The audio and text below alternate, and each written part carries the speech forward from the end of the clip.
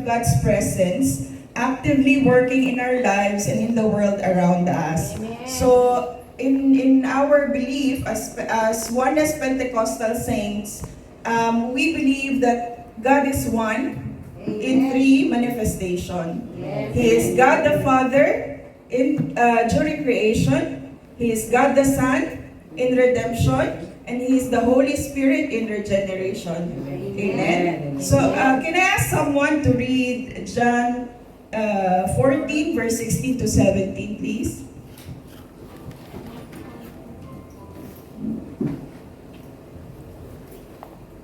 Say, praise the Lord if you're ready.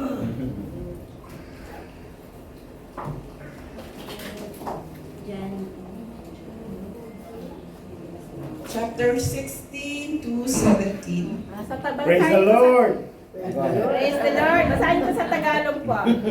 At ako'y dadalangin sa Ama, at kayo'y bibigyan niya ng ibang mang-aaliw upang siyang sumainyo magpakailanman. Amen. 17, sa makatuwid bagay ang espiritu ng katotohanan na hindi matatanggap ng sanglibutan sapagkat hindi nito siya nakikita, ni nakikilala man siya. Siya ay nakikilala ninyo sapagkat siya ay tumatahan sa inyo at nasa inyo. Amen. Amen. Praise the Lord. So, sa ibang denomination, Christian denomination, no, hindi nila masyadong pinapahalagahan ang banal na espiritu, which is really wrong dahil hindi natin dapat minimize ang power of the Holy Spirit. Amen. And later on, as we go on to in the Bible study, malalaman natin kung gaano kahalaga ito for our salvation. Can I ask someone to read John 3:5, please? Praise the Lord. Praise the Lord. And Jesus answered and said unto him, Verily, verily, I say unto thee, except a man be born again, he cannot see the kingdom of God. Nicodemus said unto him, How can a man be born when he is old? Can he enter the second time into his mother's womb and be born? No. And that's what the question is. Amen. Amen. Hallelujah. So, the Holy Spirit is crucial for our salvation, drawing us to true repentance and faith in Jesus Christ, who is the fullness of God revealed to us. So, as I said earlier, He is God the Father during creation. He is God the Son during redemption, and He's the Holy Spirit during regeneration. So, ang sabi po dun sa John 3:5, a man has to be born again para makita niya ang kaharian ng Panginoon. Amen. Amen? But, tinanong doon, paano nga ba magiging born again ang isang tao? Babalik ba siya sa sinapupunan ng kanyang ina? No.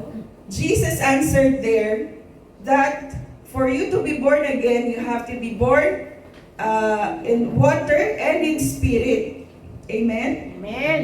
So, hindi pwedeng water baptism lang and then you stop there. Hindi po. Let us always seek yung baptism of the Holy Ghost. Amen.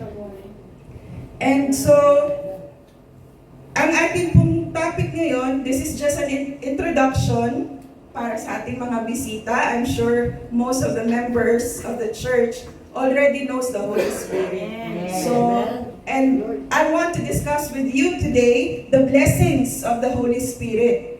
So, may 10 blessings of the Holy Spirit just according to Romans chapter 8. Amen? Next slide, please. Number 1, it sets us free from sin. Mari po ba pakibasa ang Romans chapter 8, verse 1 to 2?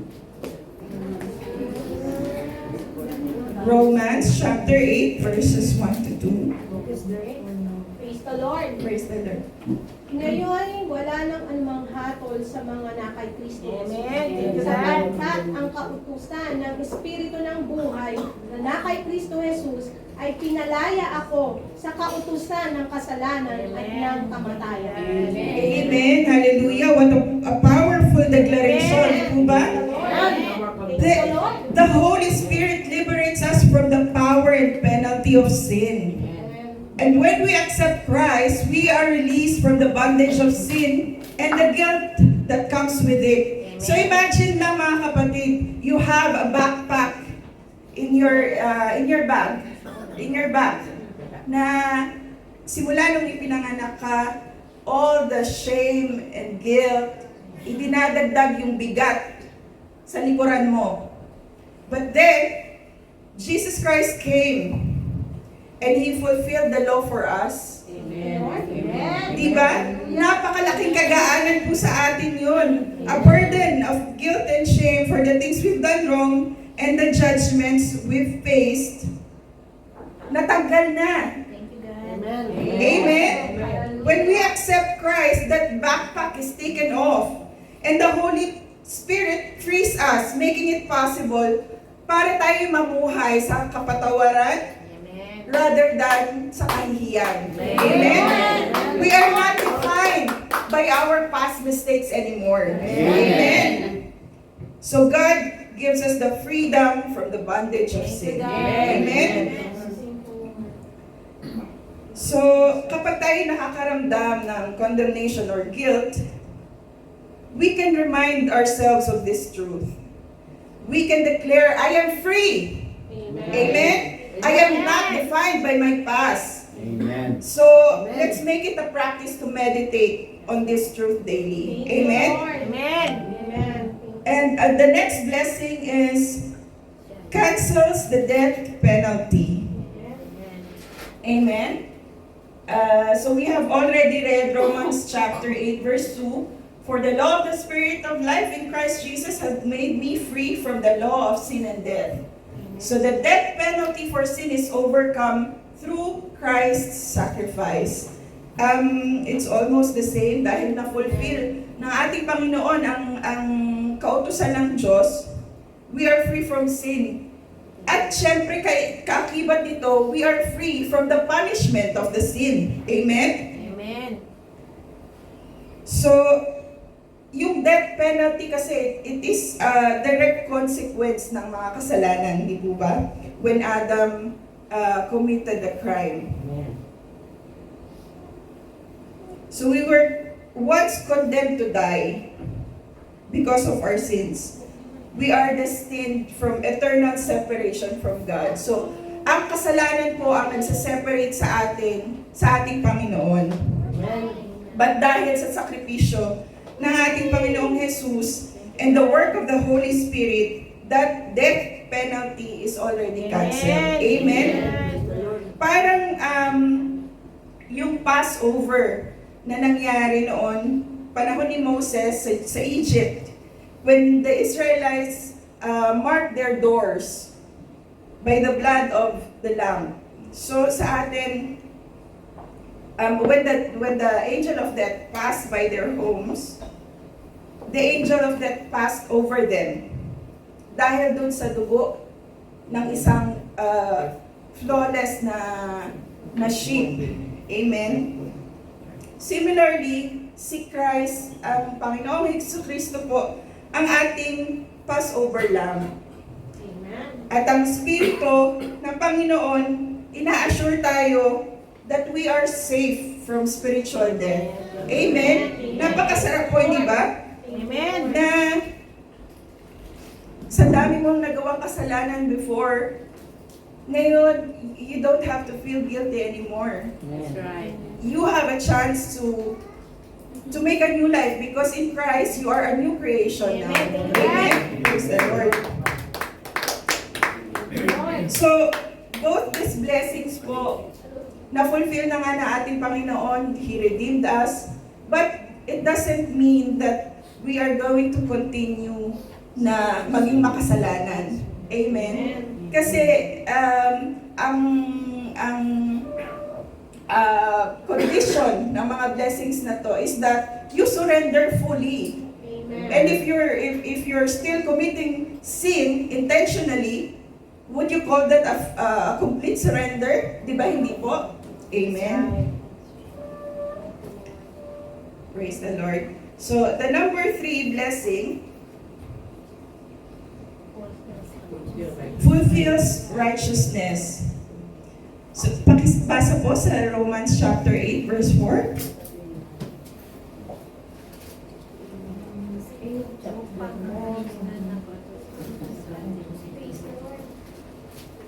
Verse 4, upang ang kahilingan ng kautusan ay matupad sa atin, na hindi nangagsisilakad ayon sa laman, kundi ayon sa Espiritu Santo. Amen. Praise the Lord. So one of the blessings of the Holy Spirit, yung ating katwiran isn't based on our own abilities. Amen. Dahil kung sa atin lang, masyadong makapangyarihan ang tawag ng ating laman. Amen. Amen. Kung wala sa atin ang Holy Spirit, mananatili tayong namumuhay sa pita ng laman. Amen? And so, consider what happened in the life of Nehemiah. Si Nehemiah, he's an influential character in the Old Testament because he was a cupbearer of the Persian king after the Babylonian period. Ano po? He was a man focused in fulfilling God's will, enlightened by the Spirit. When he completed rebuilding the walls of Jerusalem, it was not just a physical restoration, but a spiritual revival. Amen. Yan ang ating nararanasan pag tayo ay may banal na espiritu. Amen? Amen. So each day, mga kapatid, we can ask the Holy Spirit to help us live righteously. That's right. Amen? Rather than striving in our flesh, we can rest in the Spirit's power. Amen. Pwede tayong mag-rely sa kapangyarihan ng banal na espiritu. Amen? On the condition that you are fully surrendered to Him. Amen? Amen. Praise the Lord. And then number 4, indwells believers. Pakibasa po sa Romans chapter 8 verse 9.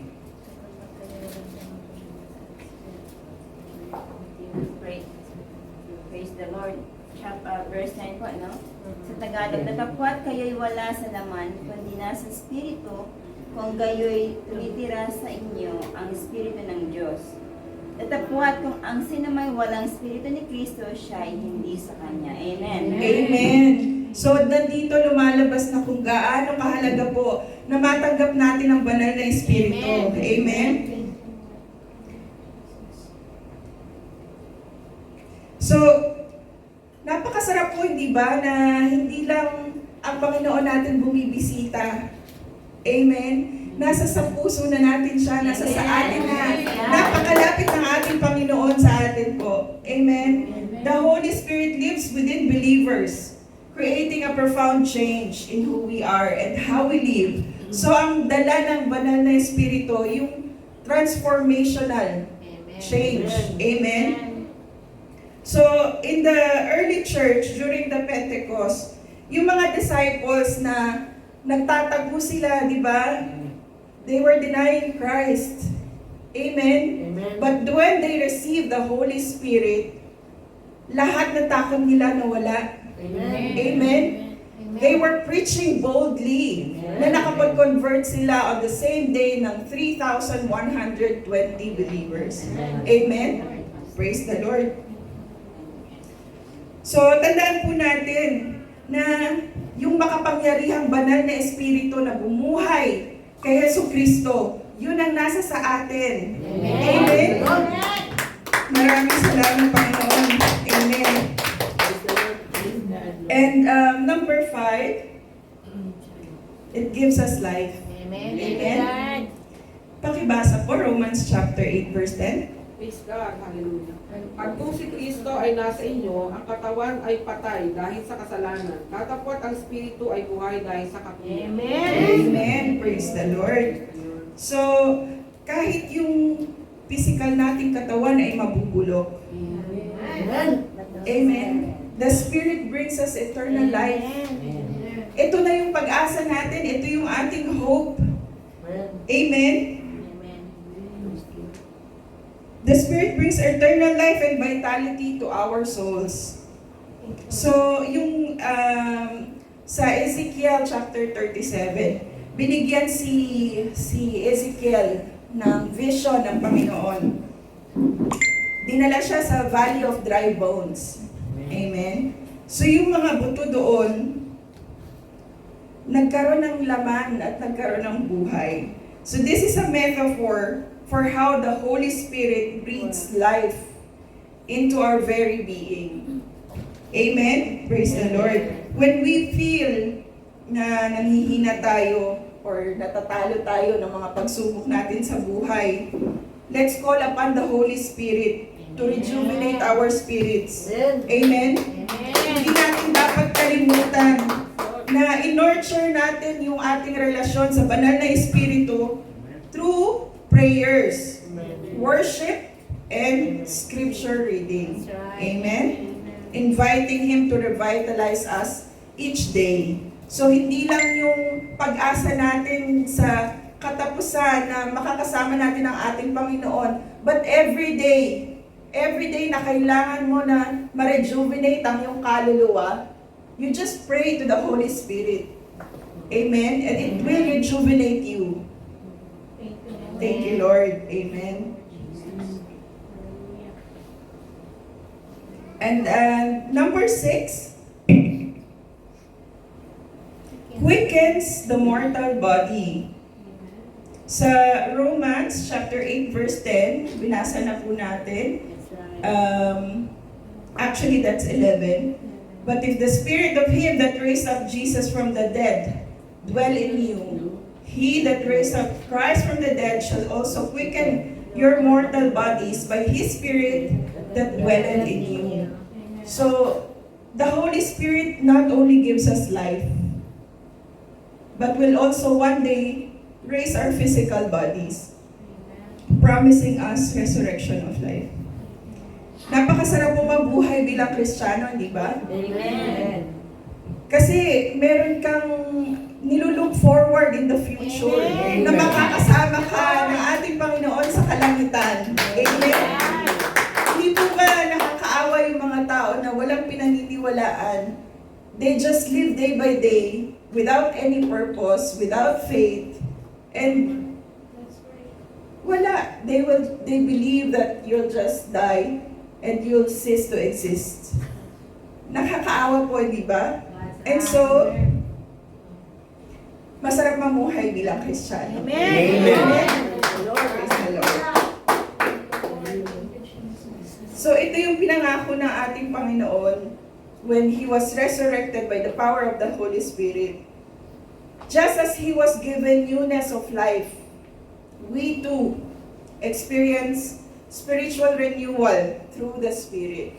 So ganun din ang mangyayari sa atin kung paano nabuhay si Jesucristo. Ganun din ang gagawin sa atin. We will be given newness of life. Amen? And we can claim this promise, mga kapatid.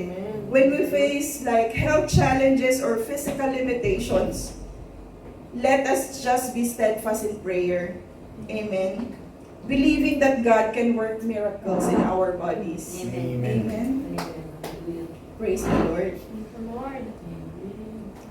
So, number 7 po, pakibasa po sa Romans chapter 8 verse 13. Romans 8, Tagalog po mga kapatid, sapagkat hindi ninyo muling tinanggap ang espiritu ng pagkaalipin sa ikatatapot, tinanggap ninyo ang espiritu ng pagkukok na dahil dito'y sumisigaw tayo, Abba, Ama. 13. 8:13. Sapagkat Romans 8:13. Romans 8:13, sapagkat kung mga buhay kayo ng ayon sa laman, ay mga mamatay kayo. Datapwat kung sa pamamagitan ng Espiritu ay pinapatay ninyo ang mga gawa ng laman, ay mga buhay kayo. Amen. Praise the Lord. So, one of the blessings of the Holy Spirit, it mortifies sinful member. So yung mortifies, it means do mortify the deeds. Mortify means to put to death. Amen. So pinapatay niya yung laman ng ating katawan. Amen. Amen. na nagkukos kung bakit tayo nagkakaroon ng kasalanan. Amen. So it's the Holy Spirit that empowers us to overcome sin. Amen. Hindi natin kaya ng tayo lang, mga kapatid. Amen. Kailangan natin ng ating Panginoon at ang kanyang banal na Espiritu para malagpasan natin yung mga temptation ng kasalanan. Amen. So kung the very best example is Apostle Paul's transformation. Di po ba? Once he was a persecutor ng mga Christians. So galit siya sa mga Kristiyano. Galit siya sa mga tagasunod ng Panginoong Jesucristo. But he became a passionate preacher. The Holy Spirit, if you go back, Praise the Lord. welcome, Sis Cha. We're glad to see you again. Amen. Praise the Lord. Thank you, sorry.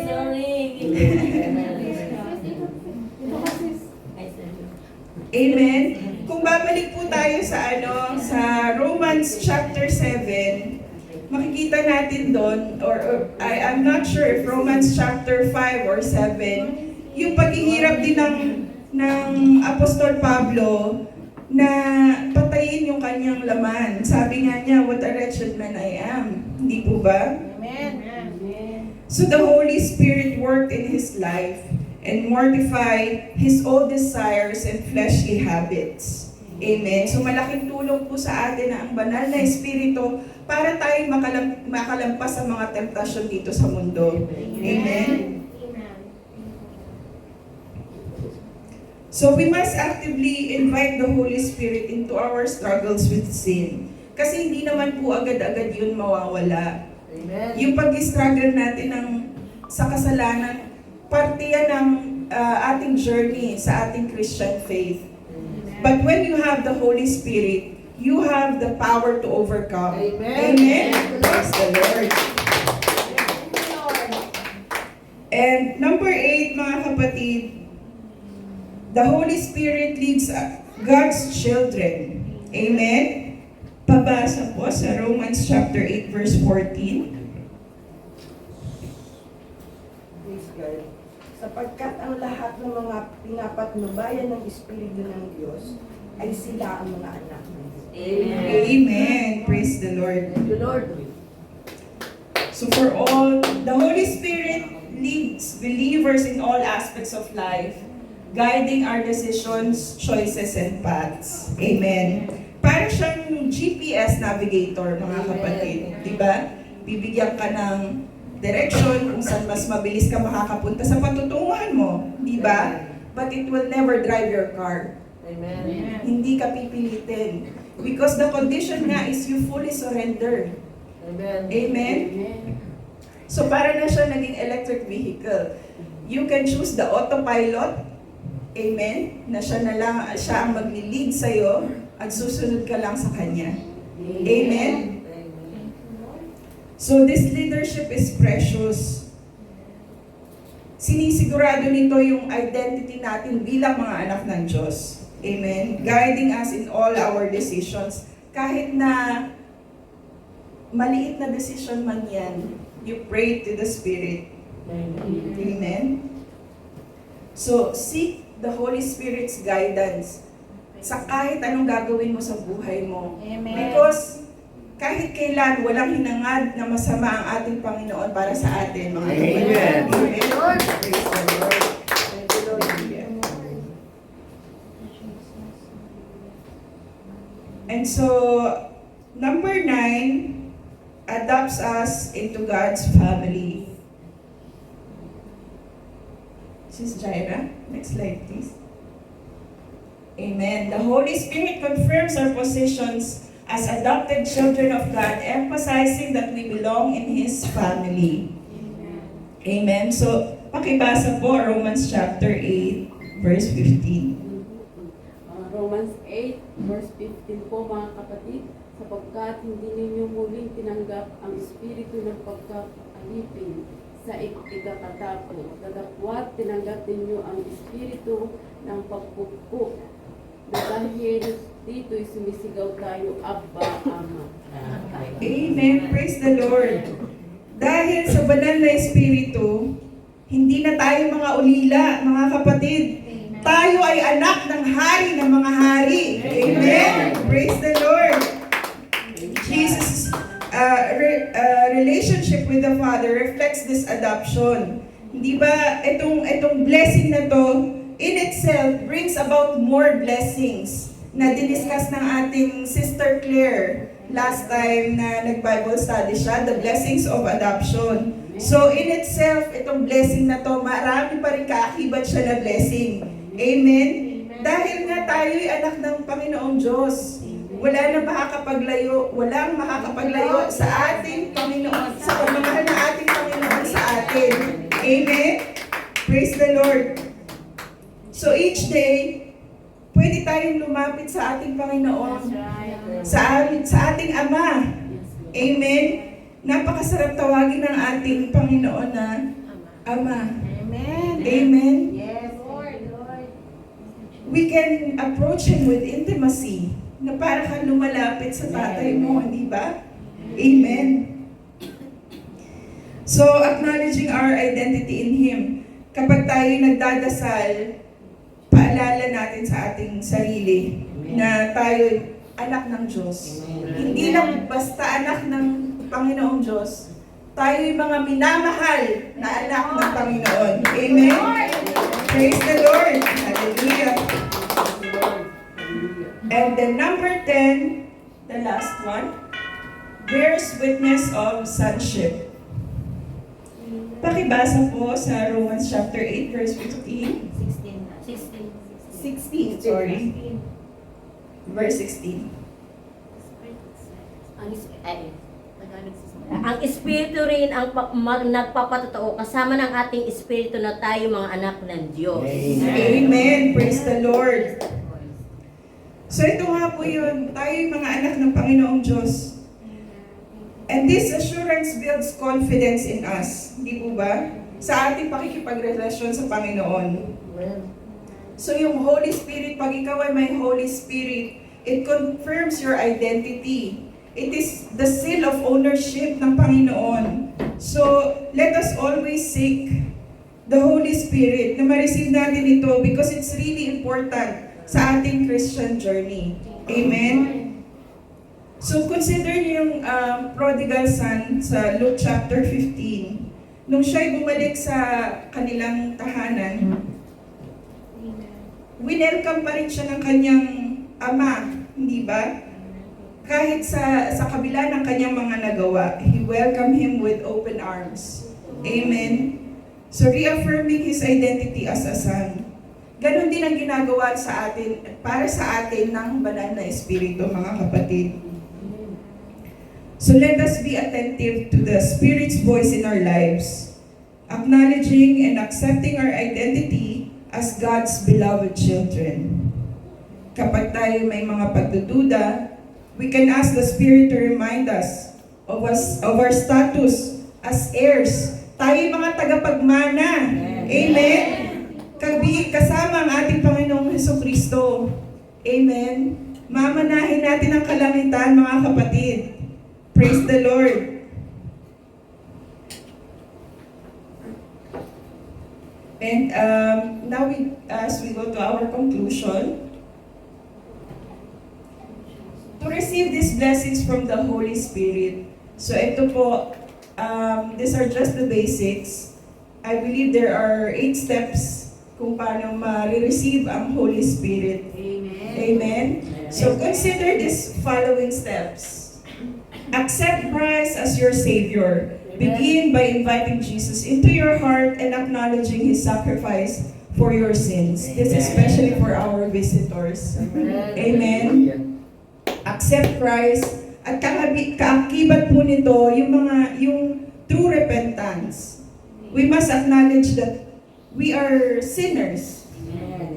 All of us has fallen short of the glory of God. Amen?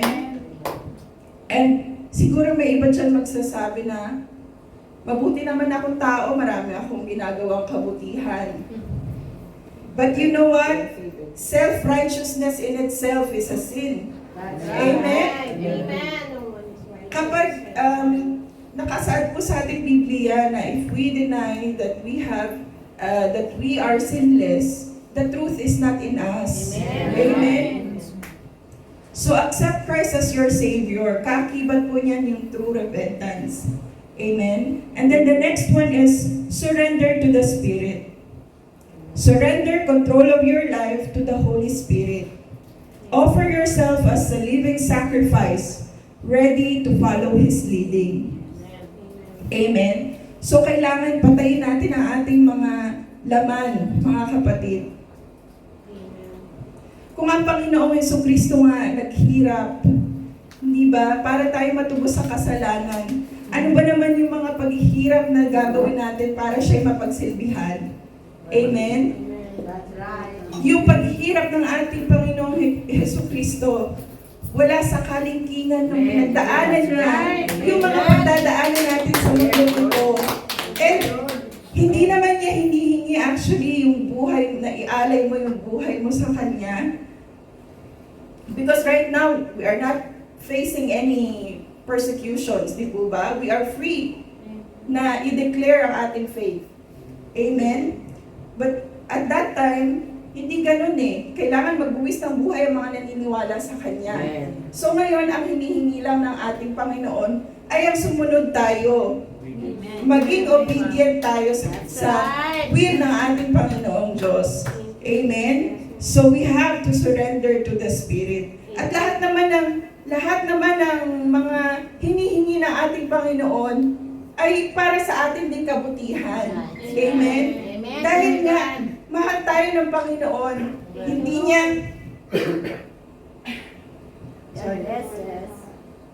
niya tinanggal yung ating free will. Amen? Doon mo makikita na mahal ka ng Panginoon kasi hindi ka niya pipilitin. Amen? Hindi ka niya pipilitin eh. You have to surrender yourself. Amen? Dapat kusang loob mong gagawin.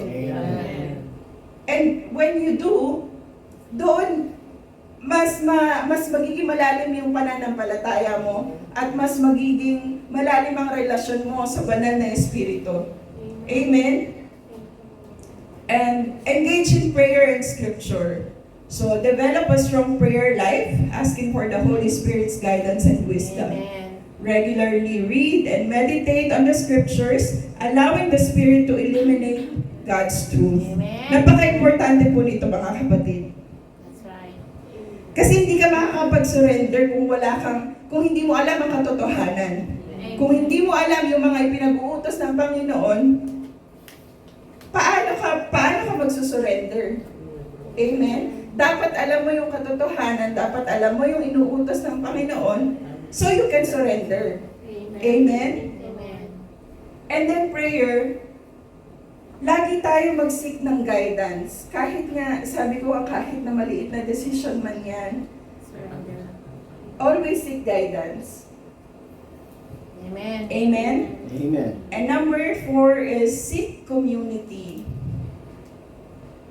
Itong ginagawa nating gathering every Friday, mga kapatid, ang ating divine service, napaka-importante po nito. Surround yourself with a community of believers who encourage you in faith. And together, seek the guidance of the Holy Spirit, fostering accountability and growth. Amen? So yung accountability and growth. Diba? Kapag nagkakamali ang isang kapatid, merong isang kapatid na kakausap sa kanya para itama ang pagkakamali. Hindi mo hahayaan, syempre, na patuloy lang nagkakamali ang iyong kapatid. Amen? Praise the Lord. And then, so as we reflect on these 10 tremendous blessings, yun nga, let's commit ourselves to living in the fullness of these truths. The Holy Spirit sets us from sin, cancels our death penalty, fulfills righteousness, indwells us, gives life, quickens our bodies, mortifies sin, leads us, adopts us into the family of God, and bears witness of our sonship. And let us not merely acknowledge these truths, mga kapatid, but actively live them out. Amen? Isabuhay po natin hindi lang basta, okay, I acknowledge. Yun nga sabi ko, yung faith. Pagka tayo po ay patuloy na namumuhay sa kasalanan, intentionally, but sabihin mo, ay, may faith naman ako at napatawad na ako ng ating Panginoon sa mga kasalanan ko at sa mga gagawin ko pang kasalanan. But if you do that intentionally, would you still hold that faith, mga kapatid? No, right? Amen. So let us not merely acknowledge this truth, but let us actively live them out. Seek the Holy Spirit in your daily life and embrace these gifts as He has given and allow them to transform you from the inside and out. Amen. Praise the Lord. Hallelujah. Maraming pong salamat sa pagkikinig. And I do trust the Lord na meron tayong natutunan. Amen. Amen. Praise the Lord. May I ask Sister Claire to close our Bible study? Amen. Praise the Lord. Hallelujah. Let's all stand. Hallelujah. Hallelujah. We raise our hands in the Lord. Lord Jesus, maraming salamat po, Panginoon God, sa aming kapatid at si Princess, Panginoon, Lord Jesus. May patuloy mo po siya, Panginoon God, Lord Jesus, sa ibukasan at palaguin ang kanyang pananampalataya sa iyo, Lord God. Maraming salamat po, Panginoon God, naway ang bawat isa sa aming Panginoon God, Lord Jesus, kung ano man yung mensahe mong ipinarating, ito'y nakarating na po, Panginoon God, sa aming mga puso't isipan, na ito'y itatanim namin, Panginoon, at ipapamuhay namin, Panginoon, Lord Jesus. Lord, maraming salamat po, Panginoon, O God, Lord Jesus, hallelujah. Hallelujah, Lord. Inilift up namin, Panginoon God, na Lord, itong pag-aaral na ito, Panginoon God, Lord Jesus, hallelujah. Panginoon God, ay magsilbi, Panginoon God, kalakasan namin, Panginoon. At patuloy kaming maniniwala at maninimpalataya sa iyong Holy Spirit, Panginoon. That will always be dwell in each of us, Panginoon, Lord Jesus. Maraming salamat po, Panginoon. We lift your name above all names. In the holiest mighty name of God, Jesus, we pray. Amen.